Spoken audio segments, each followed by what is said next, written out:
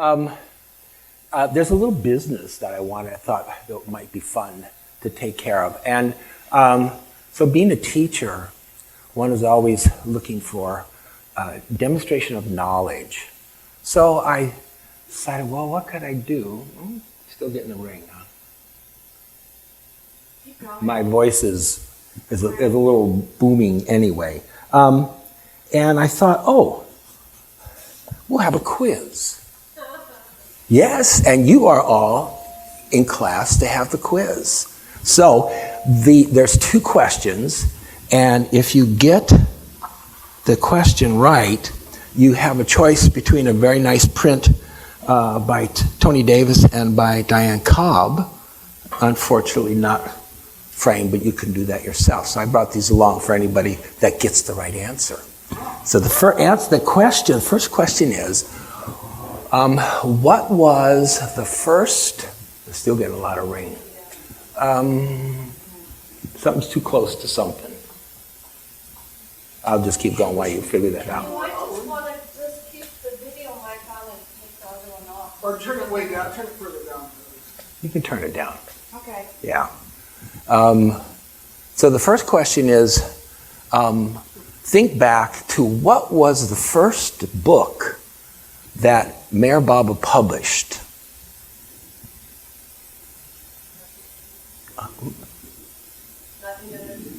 Further back than that.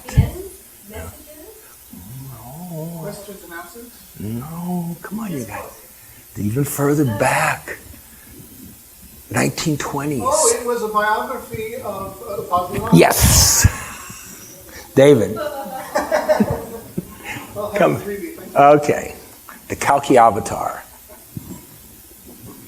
Second question. Okay. Second question was, what was the second question? Where, in what city was the highest of the high message delivered? Yes, you got the other one.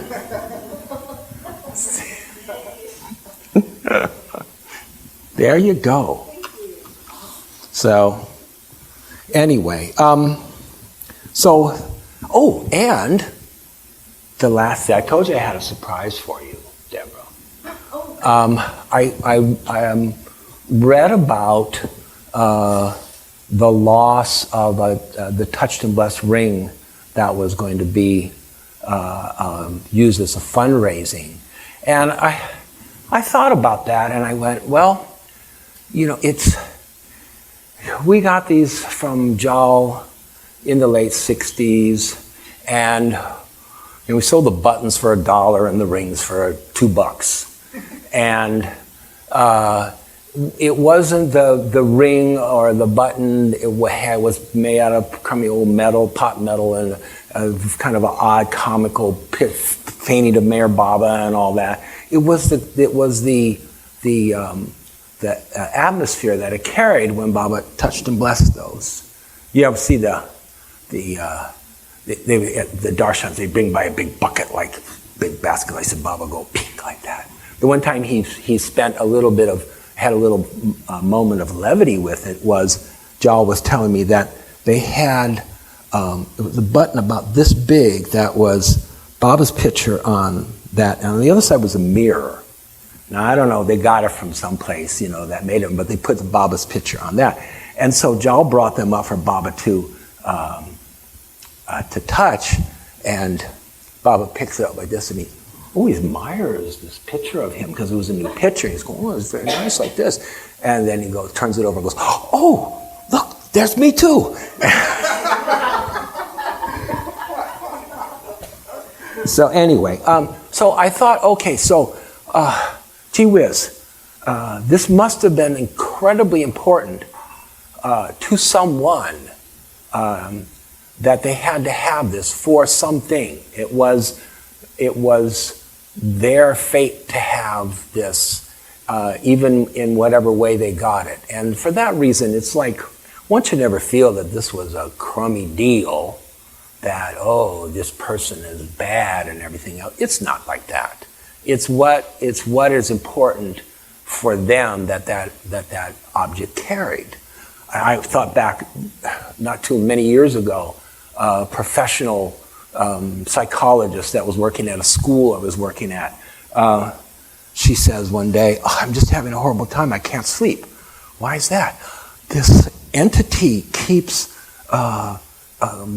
bothering me. It pushes me against the wall at night in bed, and it just does this and that."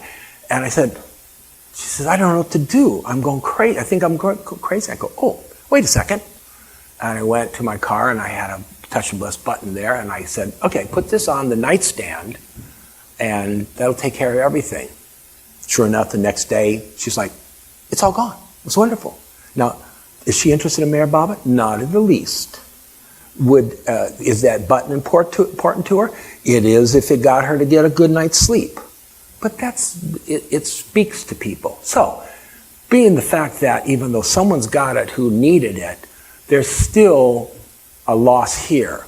So, I went and looked around, and I found another Baba ring, Touch to Bless, that I'm going to donate to here, so you guys can have a fundraiser if you want.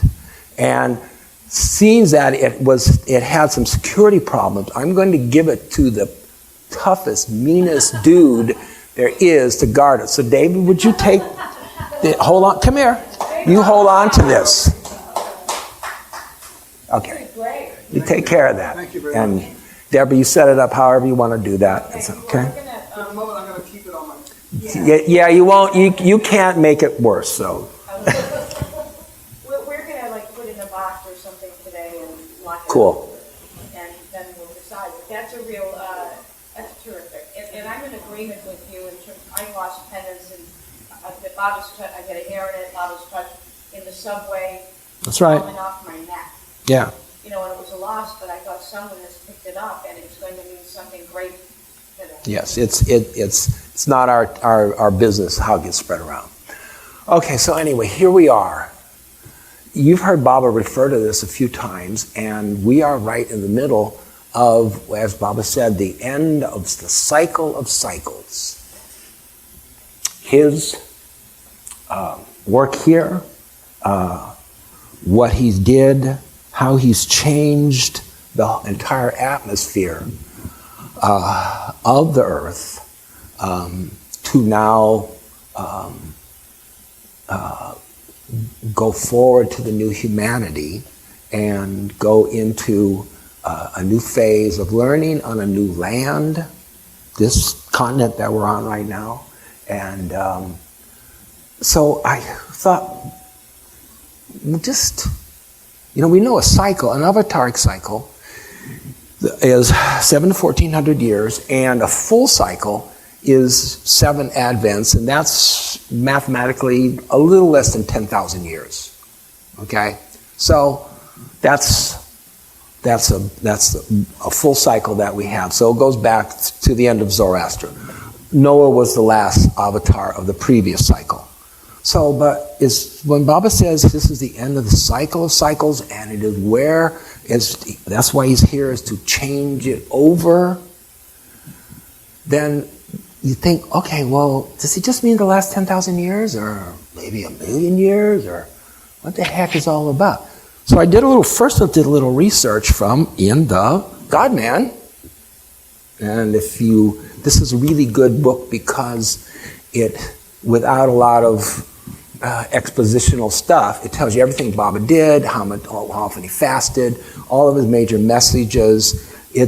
Baba was a busy guy, and he had to be busy because in one lifetime you have to, do things like go from the old cycle to the new cycle. So he was always, timing was everything. And on page 275, I came across, Baba actually talked about the cycle of cycles and how long it was. And there he says,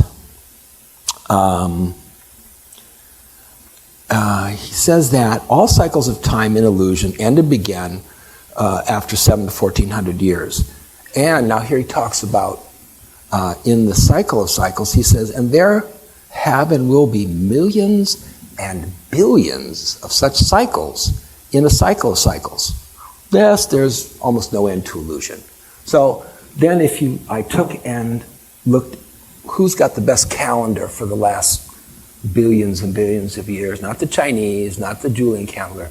The Vedas do. And yeah. And so with a little bit of if you'll indulge me with just a little bit of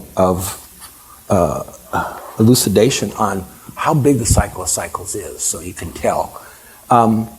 So we know that the Kali Yuga is just over. And a Kali Yuga, according to the Vedas, is about 432,000 years. Okay? Didn't know that. I didn't know that. Before that is the Bronze Age, and that's about 864,000 years.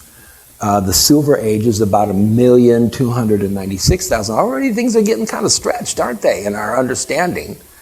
The Golden Age, which starts every section, Mahayuga, is 1,728,000. So add them all together, and a Mahayuga is 4,320,000 years.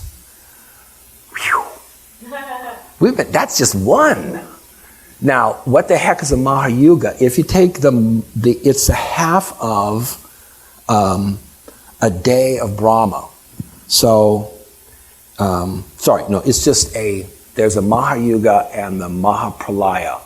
Put them together and they make 8,600,000 years.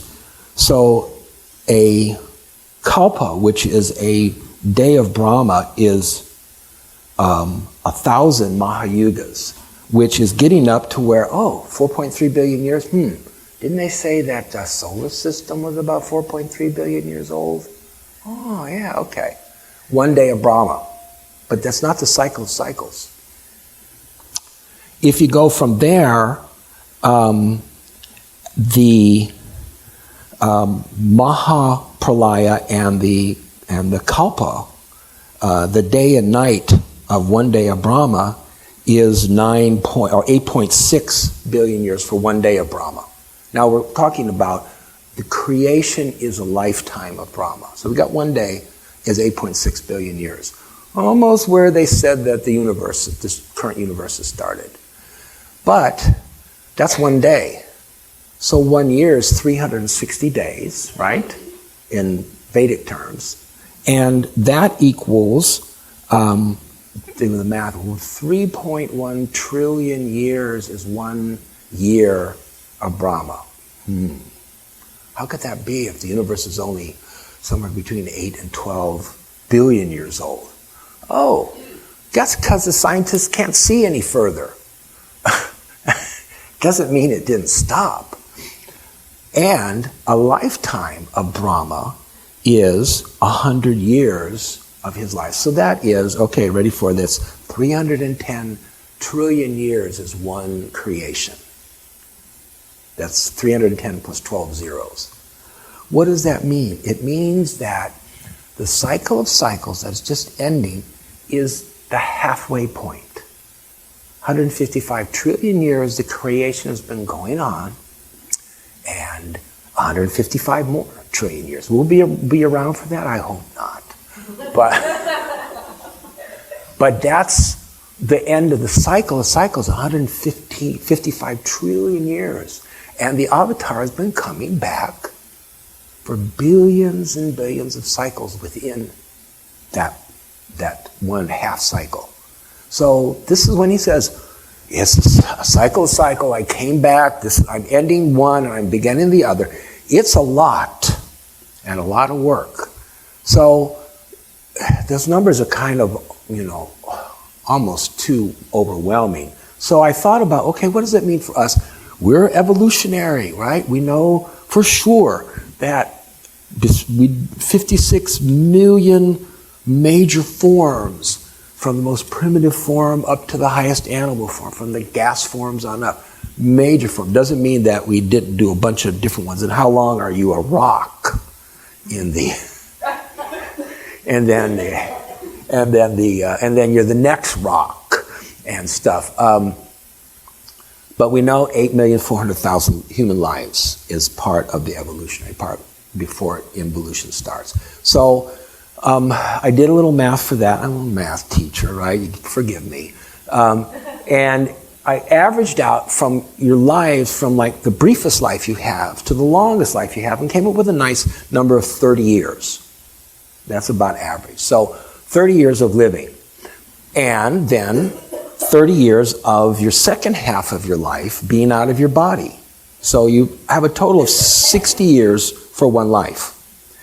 Now, if you multiply 60 times 8,400,000, anybody done that lately? No. It comes out to about 500 million years.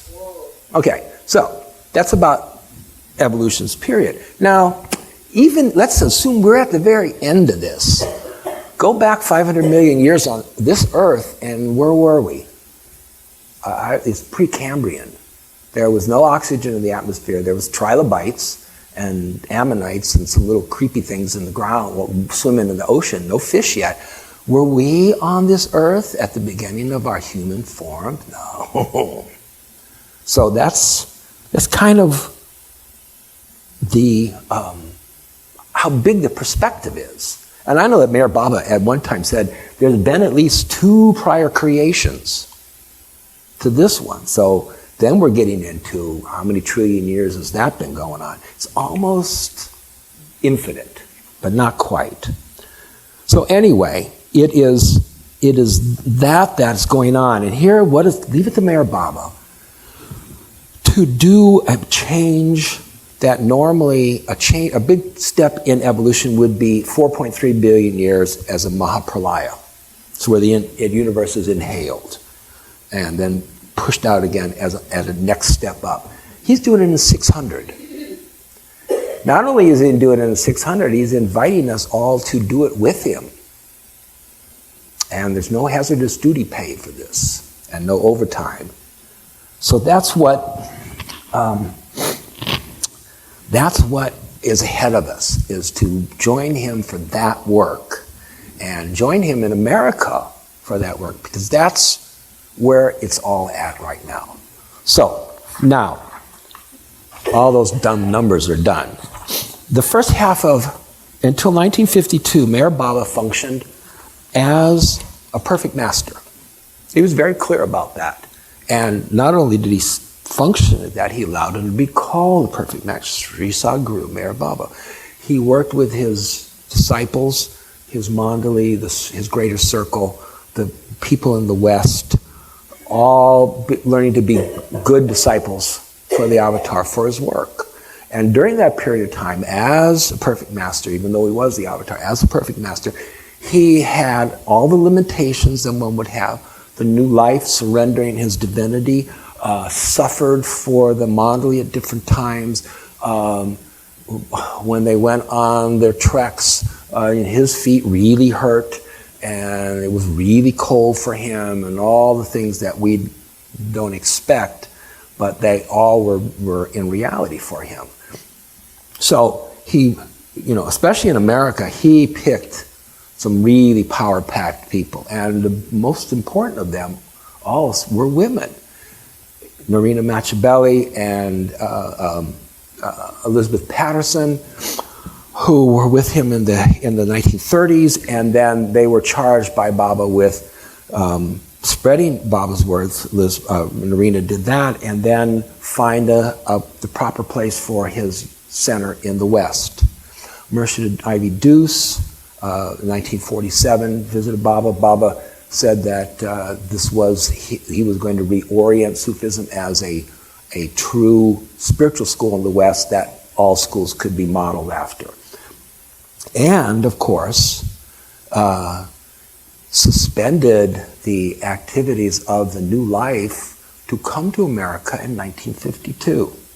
Now, that was an interesting year as far as Baba declaring his avatarhood. We know that in 1953 he delivered the highest of the high message, very powerful. But in 1952,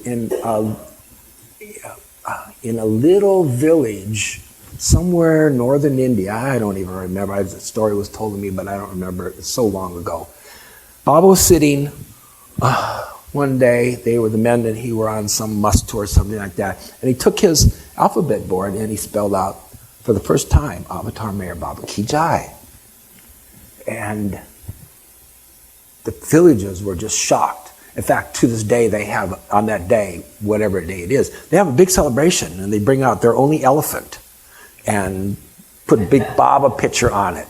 And it's a big parade for that's their claim to fame is this, podunky little village that someplace or another. So even though most everybody says, yes, Baba announced he was unequivocally the Avatar in 53, it was 52 that he first sort of let the hint out.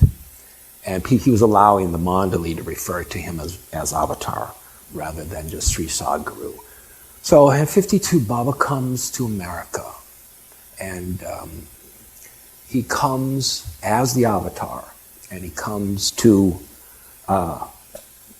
set his universal center, to sanctify it, and lay the plans. Sorry, guys. Forgot that. And to lay the plans for the universal center and the future and all the buildings that are going to be there and everything. I have my reservation for the Must Hotel. Didn't know there was one there, did you? No, there is. In the 40s, he had the Universal Center in the East at Byramangala. So there were these two pieces, and this was Baba's home in the West. That's what he said. And also, in that, then he chartered the first real spiritual school in the West and reoriented Sufism as a model for all spiritual schools that at the time people were going, what the heck, what are you talking about? But in the future, people didn't realize that America was the hot spot for new spiritual growth. And this is the point that I'm talking to you about. So, and then, of course, had to fulfill what had been, as he said, destined for forever and ever, was he spilled his blood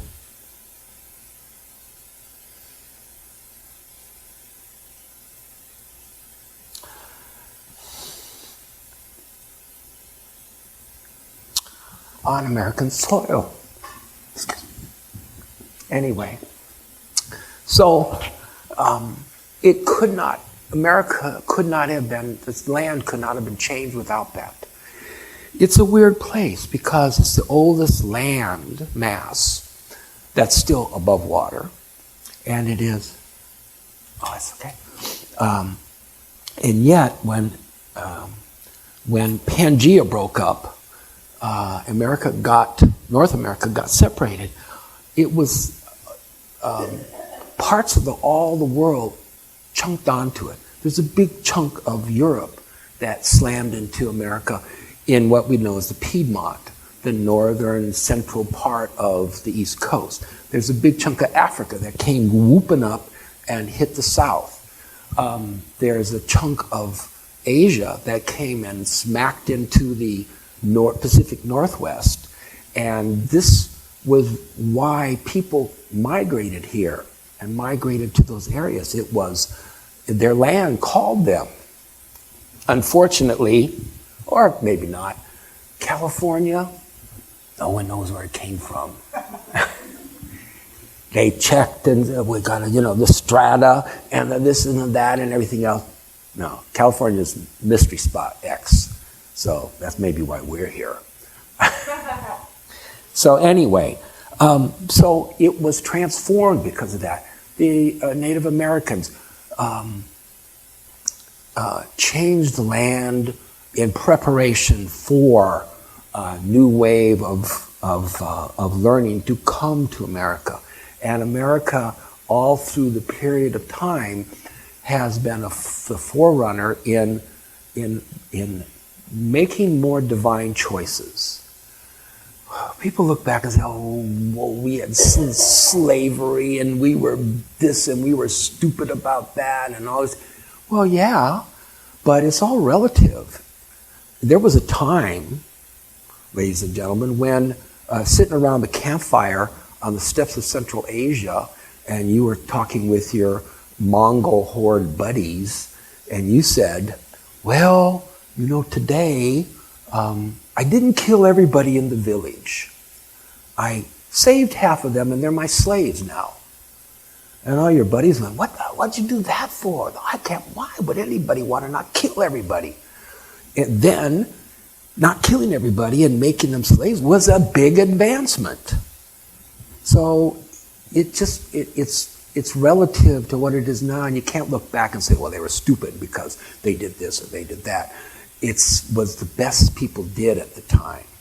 But a couple things that America did do is that they created, with the becoming the free country, they created liberty, which was never part of anybody's makeup before that. With the Civil War, they cemented the Union and they created freedom for everybody that came. Not just the people that came as slaves, but everybody that came. And then with the industrial age and beyond that, we did something that was basically, you could say that we changed matter, gross matter, into more refined matter. And thus we have electricity and all this wonderful stuff and everything and inventions and all that. Here's the reason why. And it's a shame that people say, well, I want to go back. We should all go back and live in mud huts and be agrarian and pound the earth and, make our own cheese and everything else.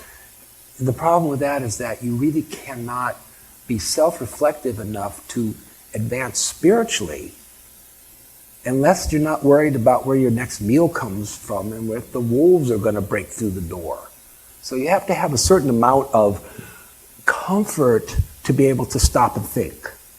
Because the person who's got their farm and they're digging in some other country and they're working and they got their yaks and everything else, they're not musing about,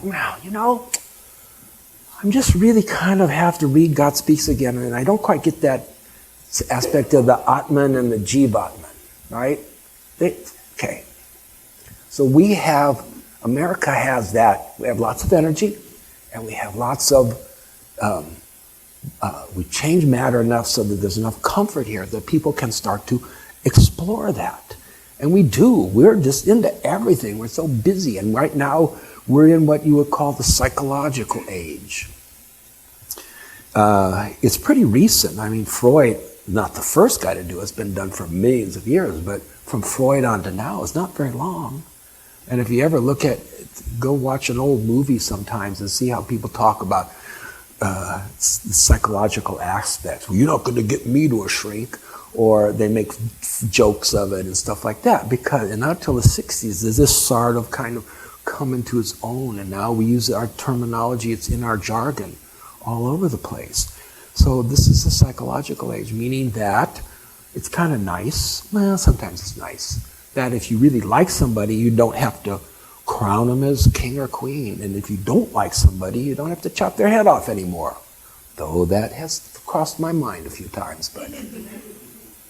So it's easier to get along, and it's easier to be spiritually inclined to do that. And you've got to have a lot of energy to do something like that. So this is what Baba set up when he came in 1952. And then in 1953, the highest of the high message was delivered. And it was in Dehradun, and it was the quintessential piece on who he was, what he was doing, and what he expected of you. And this is something that on September 7th is always a good day to read that. It's not very long, but it is powerful. And I did because it's too long to read, but I sort of synopsisized what Baba's purpose was, because as the avatar, he asks us to honor this and to join him as the avatar. So Baba says that I'm the highest of the high, and the highest of the high's role is, in Hindu terminology, is Shiva, the transformation. And he says, as Shiva, my role demands that I strip you of your possessions and wants and consume them in fire of my love. We have not grown up with the whole thing of you meet a spiritual person, you ask them for a gift, a boon. In the East, they do. So that's why thousands and thousands of people come to all the different gurus and the sadhus and everything else. And Baba said, I'm not for the many. I'm only for the few. So this was for the Easterners to know who he was. And so he says, if you approach me as the highest of the high, and you truly believe that your Baba is the highest of the high, then you have to understand that I'm the one to take your limitations, not the one to give you your mundane desires. He breaks our binding ties, which is, you would call sanskaras, because that's what binds us. So he says, join me. And only love exists, and only love is real, and love awakens you so you can join me. So here he is. I'm going to take everything away from you. I'm going to burn you up. All your falsehoods have to be relinquished. But guess what? You can join me. So, and he says, so desire for nothing except desirelessness, hope for nothing but to rise above all hopes. That's the hopeless and helpless phase that he initiated in the new life, which we'll all do in some way, shape. We are doing now in some way, shape, or form, but we'll be better and better at it over the next 600 years. So want nothing, and you'll have everything, and be resigned completely to my will, and my will be yours. That's a big promise to do that. So the highest of the high message comes out in 1953. Now Baba said, this is it, guys. I'm either an ordinary man or I'm the avatar.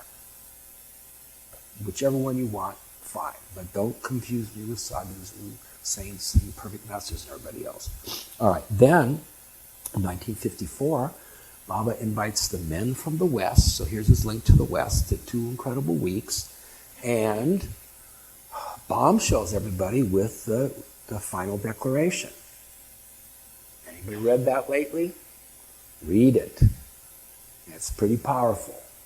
And when people got so freaked out about it, then he had to do the explanation of the final declaration so that everybody doesn't think that 3/4 of the world's going to suddenly just gone. And, it's not a bad deal. If you had, like the house in a particular neighborhood and 3/4 of the world population was gone, and you just move the bodies out of the house so you can move in. Providing you were one of the ones that was alive still. I don't know. How that works, who knows? Baba only knows. He says, I said this in my language, so you can never understand it. But rest assured it will happen. So that's all you got to do is just trust that it'll happen in one way, shape, or form.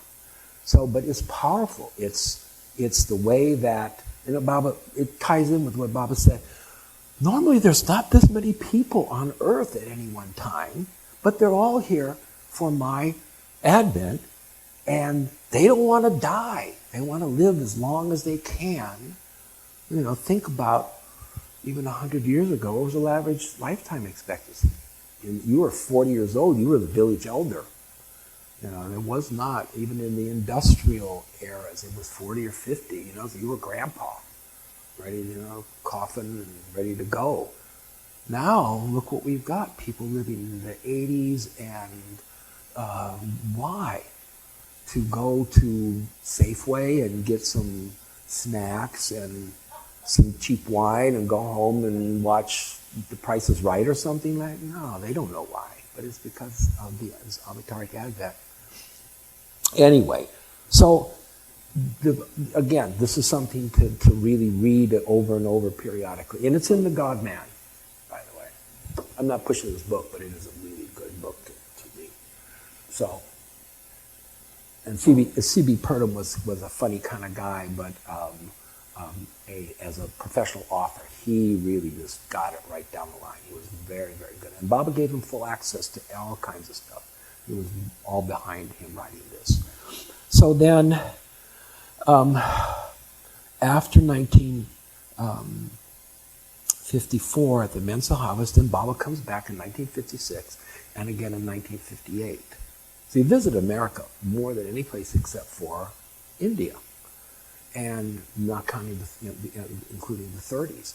And so what did he do finally in 56 and 58? Travel across the United States entirely, linking them together, the East Coast and the West Coast, the sacred sites on the West Coast and the sacred sites on the East Coast, putting into play his plan for that. Because if you look at both sides, particularly, there's Baba centers all over the country, but the two sides, the East Coast and the West Coast, are very dynamic, all up and down the seaboard there. There's lots of happening.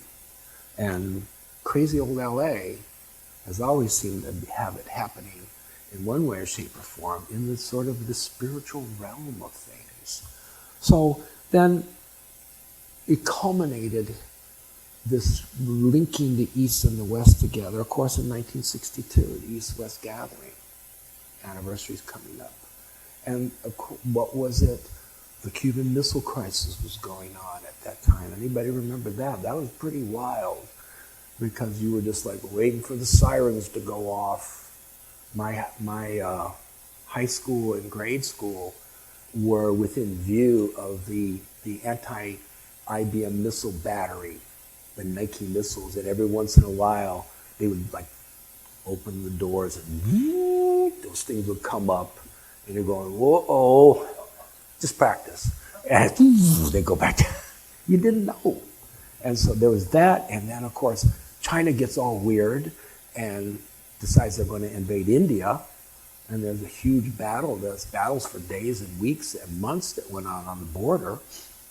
And there's stories that you can read in The Awakener and stuff about the people with Baba's grace escaping, being captured, and all kinds of stuff. And it was tense. In fact, there was, at one point, it was like, okay, nobody can come to India, just before the East-West Gathering. And Baba kind of did what he needed to do, and the Chinese backed away, and then there was a relatively quiet period just in there. Right afterward, blew up again. So Baba was putting the Easterners and the Westerners together. And so after that point, Baba really then, it was like, okay, I've done all this stuff. Now I just need to finish my universal work. So from 63 to 68, Baba pretty much, there were very less darshans, and even after Baba declared himself as avatar, there were less mass darshans, because the avatar, that's not his role. His role is a universal role. So there was less, one small one in 1965, and Baba basically went into seclusion at that point, and you couldn't come and see him, couldn't drop in, and later on it got even so that you couldn't even write to him unless you had that relationship with him from the past. So it was like all of a sudden, and the only things we heard from Baba was when he wanted us to help in his work in the last several years. So far, would come out and say, okay, from this date to this date, fast for 24 hours, take my name for 10,000 times a day. One of the longer ones was saying the Master's Prayer aloud and being on silence. And there was a whole series of things from about 66 through 1968 and 68. The Baba had his lovers around the world take part in doing, which was great for a young guy like me that was just getting into all this stuff to get the family letter or the circular or something. And so it brings it to here in 1966, after searching for pretty much as much of my young adult life and adult life, trying to find what the heck I was looking for, and had no idea, and read Christian pieces and translated some early documents, Christian documents, out of Latin. I was really surprised that when I found out, after I had taken Latin for 3 years in high school, that nobody spoke Latin anymore. I was like, what? Such a beautiful language. So, and then I said, okay, I'm not going to take any more of that. But then finding Buddhist text, the Sufi poets, just everything but nothing at the same time. And so in '66, I was just 19 years old, and I walked into a bookstore in Hermosa Beach, and looking around, yeah, man, you know, the cool age, and the hippies, and all that stuff. And I had tried to figure out, I was looking so hard, it was like, this was when Alan Cohen and Richard Alpert and Timothy Leary were all in Harvard planning on how to get LSD into the drinking water at the UN, so we would all get along together. And it's right in that '66, I think, that Alan wrote to Baba and said, hey, guess what, Meher Baba? You think that you're great, but just, man, if you can take LSD, you'll be even greater. That's what he said. That goes back to the famous, you know, the story of the grapes at Meher Mount, right? Baba's at Meher Mount, and he's visiting it for the first time, only time. And in the little room there where that Agnes had Baba's chair there, and then there was places to sit along the side, kind of a long room. And Baba says, everybody, I want you to be silent and meditate on me. And then his stomach, and everybody's like, wow. And he said, this is from grapes. So no more grapes in 700 years. The back to that is that Baba just didn't go and eat grapes, because Baba didn't have dairy and he didn't have fruit. But a dear Baba lover from LA, well, I'll talk a little bit about, named Dana Field, was on this funny diet. And the funny diet always had bad effects on him. But somehow he thought, if I eat this and I get spiritual, just think what it would do for Meher Baba. So on the plane flight from Myrtle Beach out to California in 1956 or 50, I forgot which, Dana's bugging Baba to have some, hey, Baba, this is a really good diet. Have some grapes. I was okay. And he ate a couple grapes on the plane. And so that's where the grape thing came from. But anyway, so there's God Speaks. And I look at it and go, this is interesting. That's a great title. And you see Baba's picture from the back. So I open it up, and there's Baba on the tiger skin, as as Shiva would sit on the tiger skin. And the dedication is to the universe, the illusion that sustains reality. I went, whoa, never saw one like that before. And so it was just before I was drafted into the United States Army, and all through those 2 years or so, there was little Baba pieces. Phyllis Fredericks put a little Baba picture in the LA Free Press, and guess what? Some guy got cookies from his mom, and she wrapped it in the LA Free Press. So while he's eating his cookies, I'm looking at this stuff. And there's a little picture of Meher Baba again. And I was up at Fort Ord for a while, and it was right after the Monterey Pop Festival. And you ever look at that? I'll tell you that later. There was like Baba posters all over the place. And so Baba just kept himself with me, and I thought it was really nice marching 20 miles a day if you take Baba's name at every step. You really get a good rhythm going. Try it sometime. And so I got out of the service, and I came back to my hometown there in the beach area, and found out about Meher Baba that Phyllis Fredericks was there, and Phyllis had a little house, and lots of young people were coming to it. And if you read any of the old Awakeners, Phyllis really didn't understand us very much. She was a whole nother era. She worked with and lived with Marina Machiavelli and Elizabeth Patterson in New York.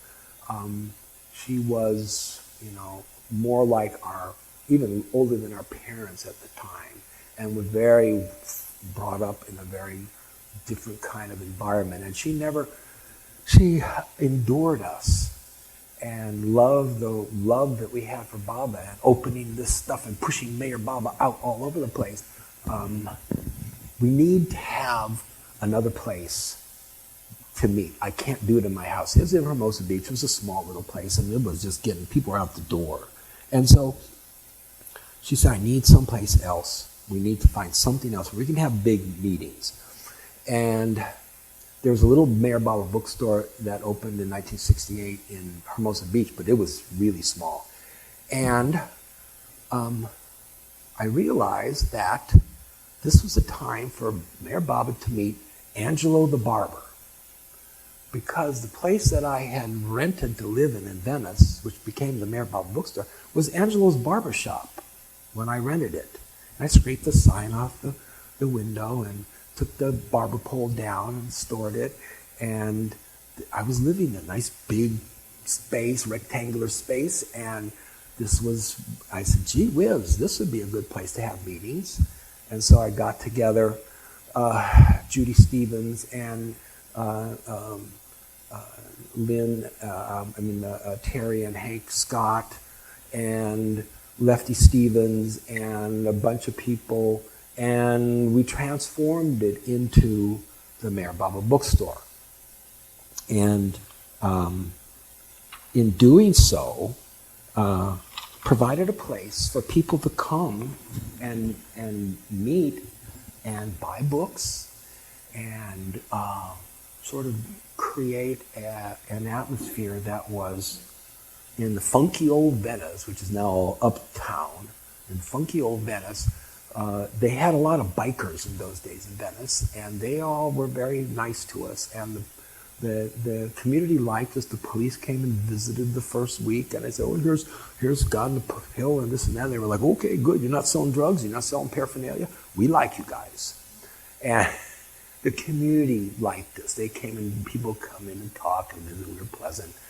And that at the time in LA itself, there was a real spiritual regeneration that was going on.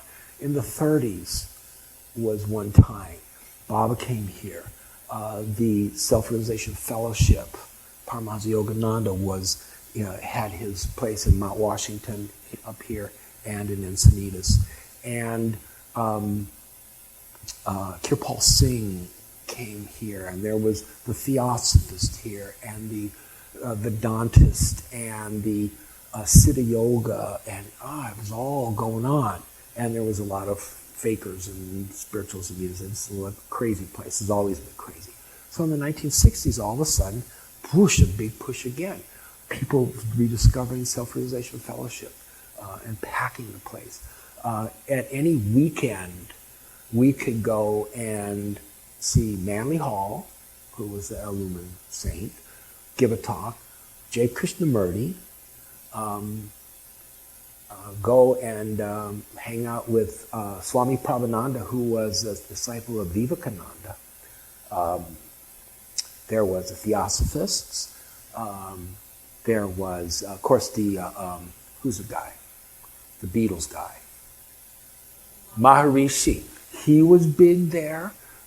They were like the gurus were coming in and going out. Most of the time they just came in and cleaned out the Hollywood elite, and then they went back on jumbo jets to India with a big chunk of money. But there was all of this going on. The Siddha Yoga, Muktana, Yogas, buddy, Jay Baba, you come in. This man is the coolest dude.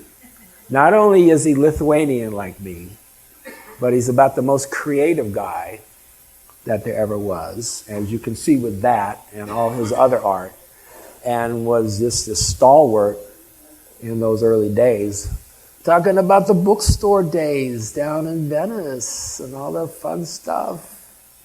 And he asked me to come down here and sort of share. So far, I don't know. A lot of stuff. I'm just talking about opening up the bookstore down there. And so people came and they transformed it. And I was going to put these pictures on, I put them on, tried to put them on an iPad, but they didn't work. And I couldn't download it, and it's on my email, and then if it messes. But through the magic of photography, I made some large-size photos of the Meher Baba Bookstore. You could pass these around in at that time, and it was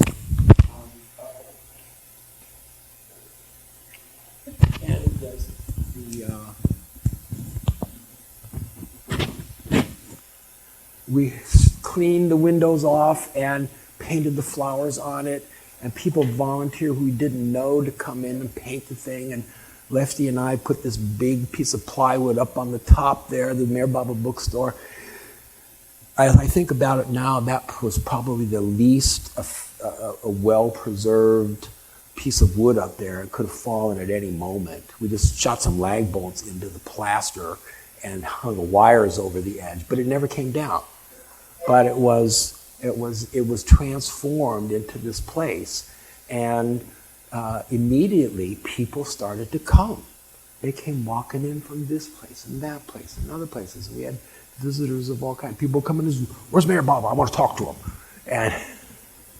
And then we had started to get invitations to talk about Meher Baba, and at the local library, and then at get-togethers. And I remember one time Swami Muktananda, who was a true teacher, invited me to come down and give a talk on the yoga of Meher Baba. Now, he had Sikhs, he had Hindus, he had Buddhists, he was a Vedic teacher, and everybody was talking about, with this yoga, you're doing this position and this way, and then you meditate for these many hours and all this other stuff.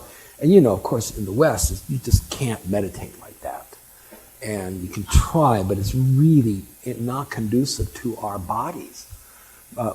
Mercer Deuce always said the best way to meditate is to do kind of a walking meditation. You get an idea, an image of Baba, and then you kind of take it, and then maybe it morphs into another little story you heard about Baba, and then something that somebody, and you just play this through your mind instead of trying to reach the I am not this, I am not that stage, or one of the other things that there are, and concentrating on a piece of fruit for a half an hour a day, and try them all, folks.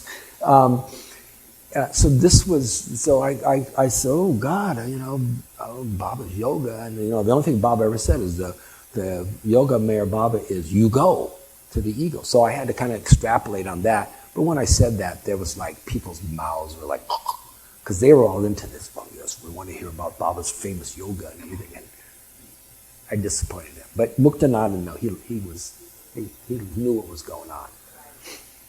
So anyway, the bookstore opens and people start coming, and we have meetings, and soon things began to transpire into getting on the mailing list. And then Phyllis said, Los Angeles is full of these old Baba lovers that I don't see anymore. Phyllis didn't drive, and here's a nice picture of Phyllis. But you have to give that back, okay? Because I've got something on the other side. She didn't drive, and it took hours to get any places. The LA bus system was as bad then as it is now. And so she never went. So she gave us a list of names of people who had met Baba in the 50s or before, and she said, I don't know, you can look them up. And so we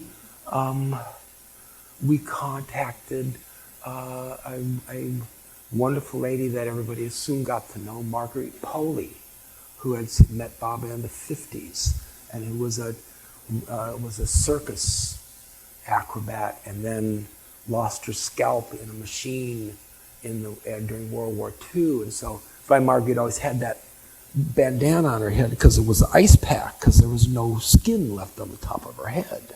It didn't grow back. So she was always had to be very careful. But she was an artist, and she was this beautiful person.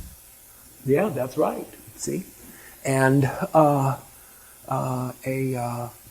funny guy named Mr. San Rockway. he would usually come to the meetings once in a while, but he would come to the events, and he followed. One time Baba said, you can choose one of many things to do for a month. Be silent, fast, not read anything, or don't touch money. And he kept that, don't touch money. So he would come to the bookstore and he would buy a book, and then he would take out his wallet, and in his wallet were these nice, neatly folded little pieces of newspaper. And in it were the different denominations of bills and the change. And so I would take out what we needed and give him his change back. He was silent most of the time. That was just his way.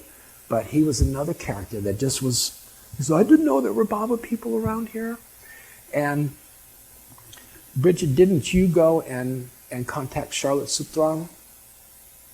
She was a German or Austrian lady that met Baba in the 50s. You see her in some of the pictures.